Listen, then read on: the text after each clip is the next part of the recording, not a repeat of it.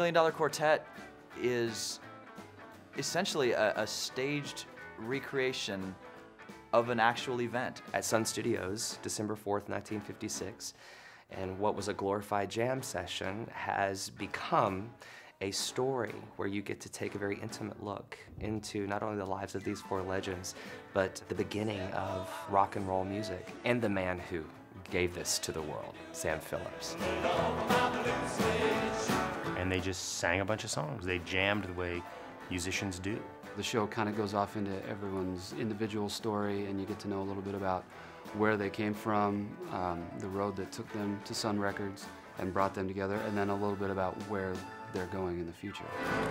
It's kind of like a family, where Sam's the dad, and Johnny is the oldest son who's like breaking away, and Carl's the second son who's sort of misunderstood and, you know, can't get a break.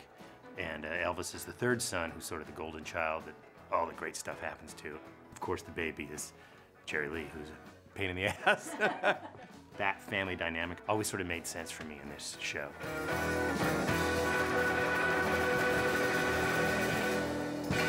Million Dollar Quartet is a musical I think that's going to appeal to a broad range of people.